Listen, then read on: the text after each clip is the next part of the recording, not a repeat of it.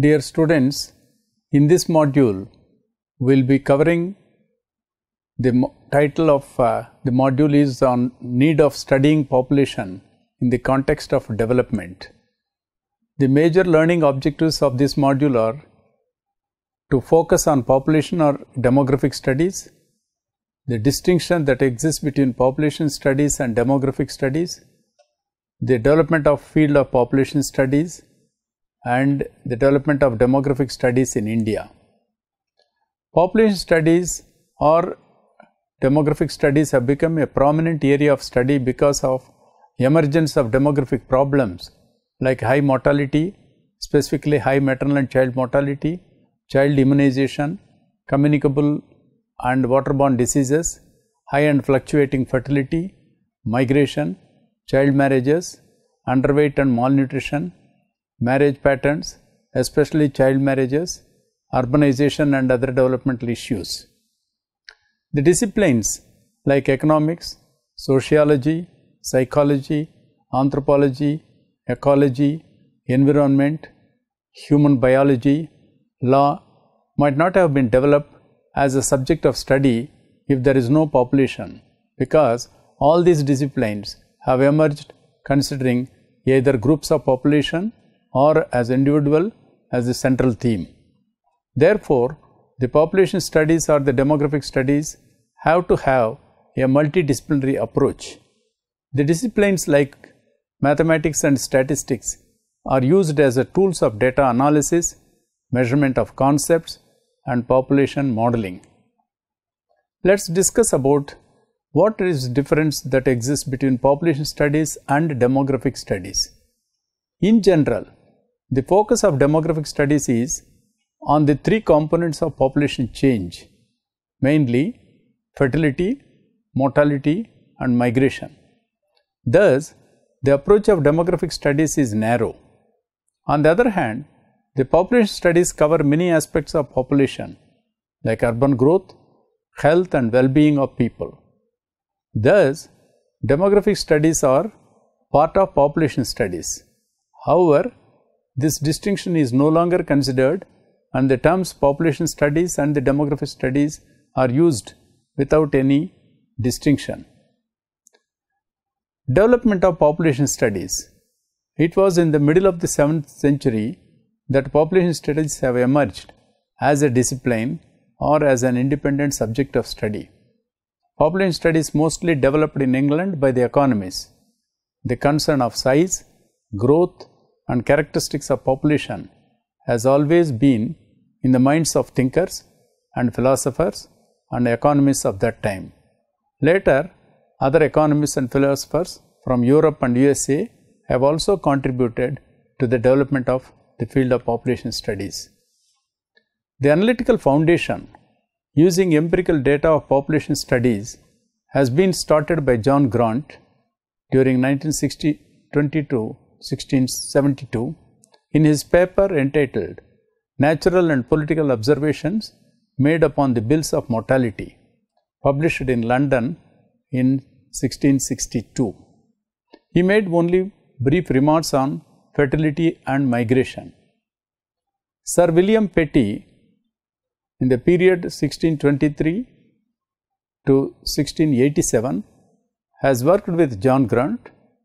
Petty's work on political arithmetic has considerable influence on the future development of population studies.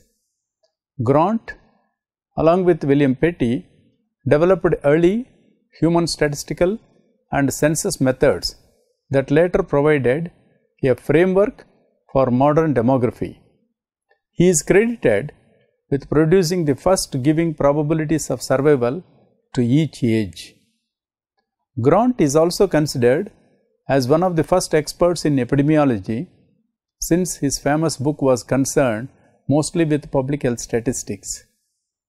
The first life table had been published in London in 1662 in a book entitled Natural and Political Observations Made upon the Bills of Mortality. This book is usually considered as the founding text of both statistics and demography, but it might have been written by John Grant or by his friend William Petty. That means, to start with, population studies as a discipline has started with the study of mortality. This is followed by the famous theory of population by Thomas Robert Malthus. He propounded with that while population follow geometric growth rate, means of subsistence follow arithmetic growth rate.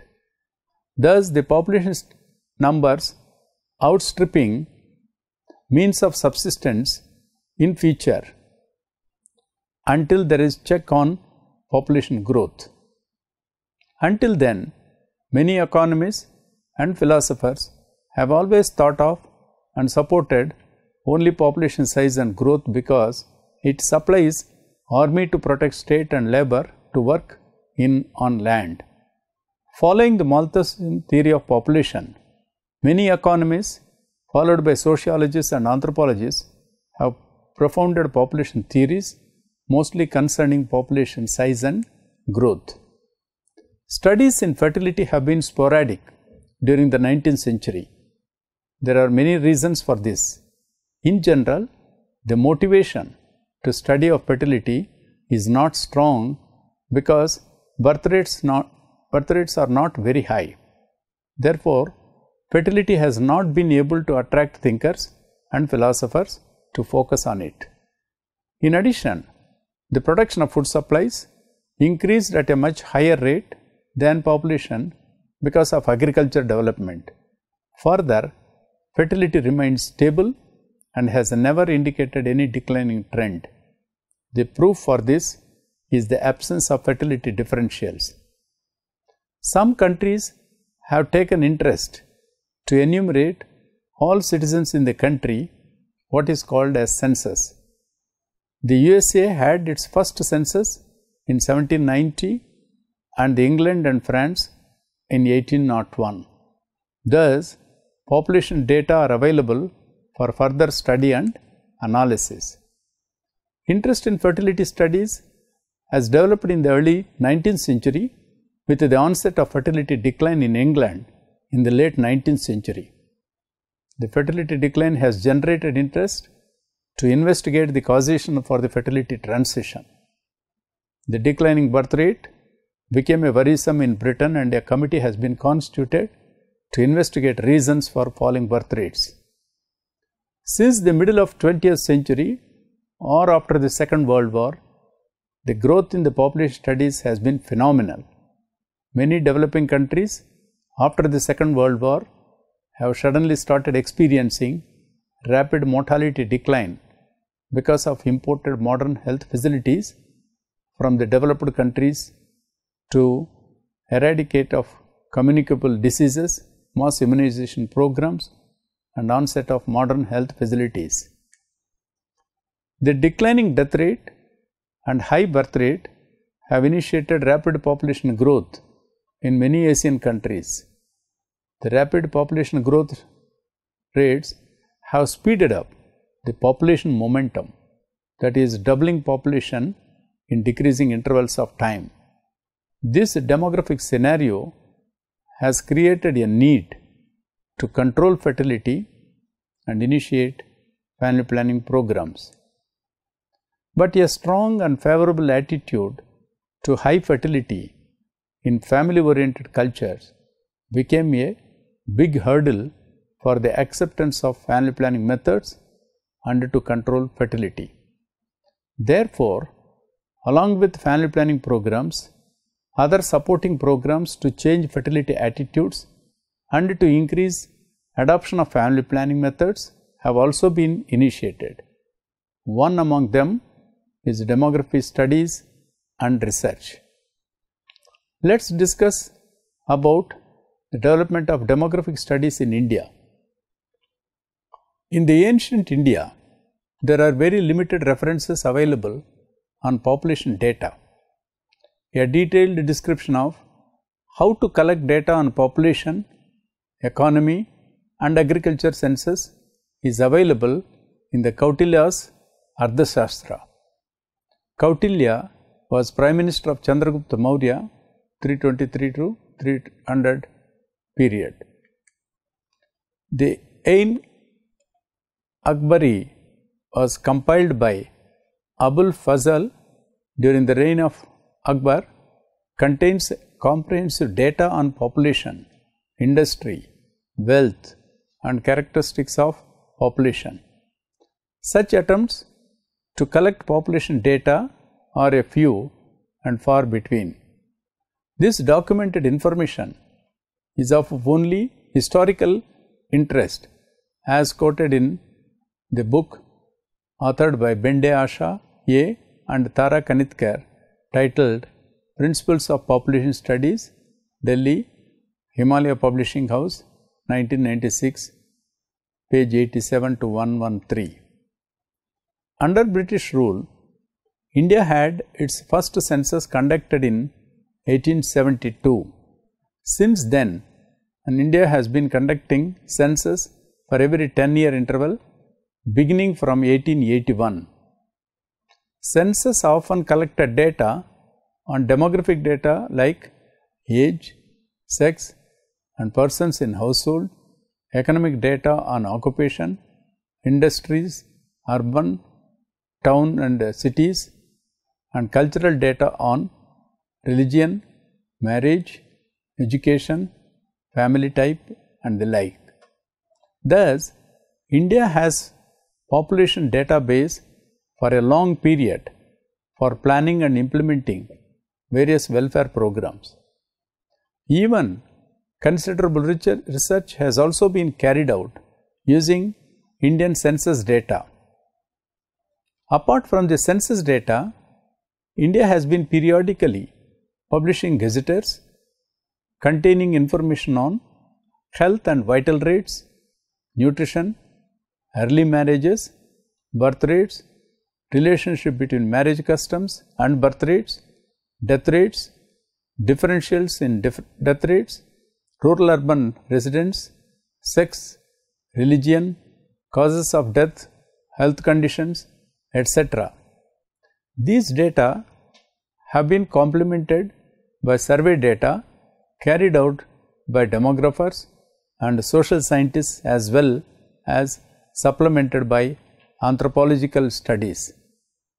Here, it may be worthwhile to briefly review the population growth in India. It has been documented that mortality in India is believed to have been started declining since 1921 because of borrowed modern medical techniques of eradicating communicable diseases and child immunization. After India's independence, modern medical facilities have been made freely available by the state and central governments. In the course of time, the accessibility to modern medical facilities have considerably improved. The existing modern medical facilities in public sector have strongly been supported by the private sector. As a result, mortality has declined from 16 deaths per thousand population in 1971 to 73 to 7 deaths per thousand population in 2001. The infant mortality has also declined from 134 infant deaths per 1000 births in 1971 to 73 to 44 infant deaths per 1000 births in 2011, as mentioned in table 1. The fertility has remained stable around 35 births per 1000 population until 1975. It started declining in 1975 onwards from 35 births per 1000 population to 22 births per 1000 population in 2011. The decline in fertility is because of adoption of modern family planning methods. The family welfare program, as initiated by the central government way back in 1952, made these drastic changes that has followed over a period of time. Modern family planning methods have been made available by the family welfare program at free of cost for all couples. Even then, it took almost 25 years for the family welfare program to change strong favorable attitudes to large number of children to small number of children. As a result, the percentage of couples effectively protested against pregnancy has increased from 16% in 1976 to 54% in 2015 to 16. This has significantly impacted on fertility. In the meantime, Indian government has passed the MTP Act of 1972, making access to induced abortion, which is easy on certain medical reasons. The number of MRPs has been increasing since 1972, and the number is more than 5 lakhs for many years after 1980s, as reported in Table 2. This would definitely support the declining trend in fertility. It has been documented that the onset of fertility declined in 1976 and has been declining over a period of time since then. It took a while for fertility to respond to the declining mortality. During this period of 1921 to the onset of fertility decline in 1975 to 76, population has grown rapidly. In conformation with the trends in death rates, birth rates percentage of couples protected against births and number of MTPs, the census population and the decadal population growth rates should be viewed. The population growth rates have been moderate during 1901 to 1931, fluctuating between 5 to 11% per 10-year period. The negative growth rate in population during the decade 1911 to 21 is because of influenza epidemic in 1918, resulting in 50 to 100 million deaths as reported in Table 3.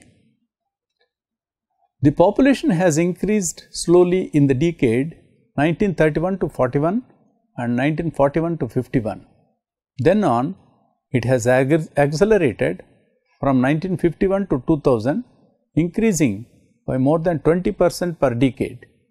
During the period of 50 years, the absolute population increased from 3,61,88,000 in 1951 to 1,028,737,000 in 2001, an increase of about 6,676,49,000 or about 185%. Thus, the population has been increasing despite of fertility decline since 1976 and also mortality decline because of high natural growth rate, that is the difference between birth rate and death rates. The population growth rate started declining moderately for the decades 1981-91 and 1991 to 2001 and substantially for the decade 2001 to 2011. This is also the period where the natural growth rates are falling moderately during 1981 to 2001 and substantially during 2001 to 2011. The rapid population growth rate has been expected by many policymakers, administrators and academicians way back in 1950s. Accordingly, family welfare program has been initiated to advise on the benefits of family planning and to supply free family planning methods. A strong IEC department is established to change the fertility attitudes by using print media, electronic media, billboards, folk and traditional entertainers, and person-to-person communication methods. Research activities have increased in fertility and family welfare by creating population research departments in established academic institutions and universities. Research and degree programs have been started since late 1950s in specialized research institutions and universities. Recently, non-governmental institutions have also started in carrying out demographic and health research. The Table 1 depicts various vital rates in India, 3-year moving average during 1971 to 2007 and annual estimates during 2006 to 2011 and NFHS 4 estimates for 2015 to 2016. Similarly, the Table 2 provides the number of medical termination pregnancies MTPs during 1972 to 2013, and the Table 3 is about census decadal population growth rate, that is during 1901 to 2011, which clearly indicates the changes that happened in the decadal arithmetic growth rate over a period of time and how it fluctuated in between, and now there is a specific negative trend in the speed in which the growth rate is occurring. In this way, clearly we have to understand that the study of population studies goes beyond one particular discipline, and it has a close linkages with various disciplines like sociology, anthropology, economics, human biology, law, and many more which have been developed population groups and individuals in this background. Therefore, population issues and problems and issues cannot be resolved without referencing to the other concerned disciplines, and these issues are briefly discussed below. In the case of discipline of sociology and its linkage with the population studies, let's focus here. Demography, as we know, is a science related with the population. It studies different aspects of population like its size, density, effects of birth rate, death rate, migration, etc. The size of population affects the social, cultural, economic and moral aspects of the society. The most importantly, the three components of population growth, that is death rate, birth rate, migration, and affected by various social factors like social norms governing the woman's status, female education, children's schooling, female freedom to work outside home, fertility attitudes, adoption of family planning methods, migration of females like going to distant places alone and the like, also have to be kept in mind while discussing about the various linkages between sociology and the demography. Kingsley Davis points out that the following areas of study which require a combined knowledge of demography and sociology, fertility, population changes, structure of labor force, social organization, family with regard to demographic behavior, and internal and external migrations have to have a close linkage with the social aspects. Similarly, some others have regarded demography as one of the major 9 elements of sociological analysis, such as social organizations, socialization, social stratification, primary groups, associations, collective behavior, culture, ecology, and population. Along with above similarities between them, there are also some differences between the two. First, marriage, migration, family, etc. are studied under both, but sociological studies these are as part of a social institutions and finds out its effects on social life. On the other hand, demography, while studying these subjects, take into account their contribution to the structure of population and its size. Thus, sociological studies mainly focusing on social relationships, while demographic studies social relations related to population. Secondly, sociology is a social science of what it is, and demography is a social science of what ought to be. Third, sociology describes social relations qualitatively, whereas demography is concerned with quantitative relations of demographic phenomena using various methods of measurements. Let's discuss about its relation with the economics. Economic studies the problems arising out of economic activities of the individual and society, while demography is concerned with the structure of population and demographic factors related to that. Economics and demography are mutually related to each other. Demographic studies regional distribution of the population.